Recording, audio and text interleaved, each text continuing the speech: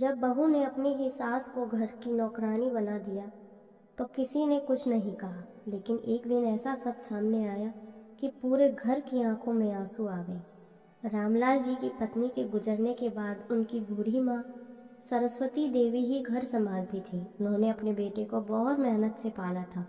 जब बेटे की शादी हुई तो शुरू शुरू में सब ठीक था, लेकिन कुछ ही महीनों बाद बहू रीना का असली स्वभाव सामने आने लगा।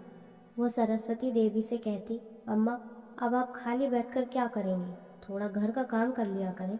धीरे धीरे काम बढ़ता गया। सुबह 5 बजे उठना, झाड़ू पोछा, खाना बनाना, बर्तन धोना, पूरा घर संभालते संभालते सरस्वती देवी सच में नौकरानी बन गई। सबसे दर्दनाक बात यह थी कि उनका बेटा राहुल भी चुप रहता था। एक दिन सरस्वती देवी ने धीरे से कहा, बेटा अब शरीर साथ नहीं देता, थोड़ा आराम मिल जाए तो अच्छा होगा। तभी बहू गुस्से में बोली, अगर काम नहीं करना तो वृद्धाश्रम चली जाइए। यह सुनकर सरस्वती देवी चुप हो गई।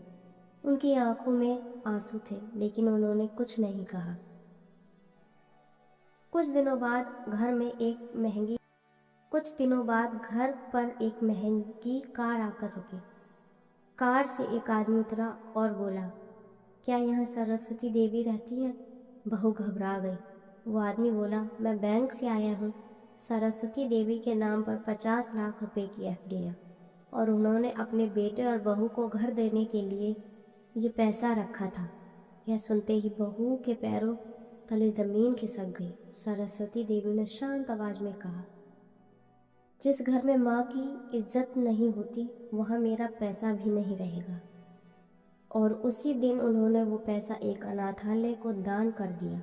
यह सुनकर बेटा फूट फूट कर रोने लगा, लेकिन तब तक बहुत देर हो चुकी थी।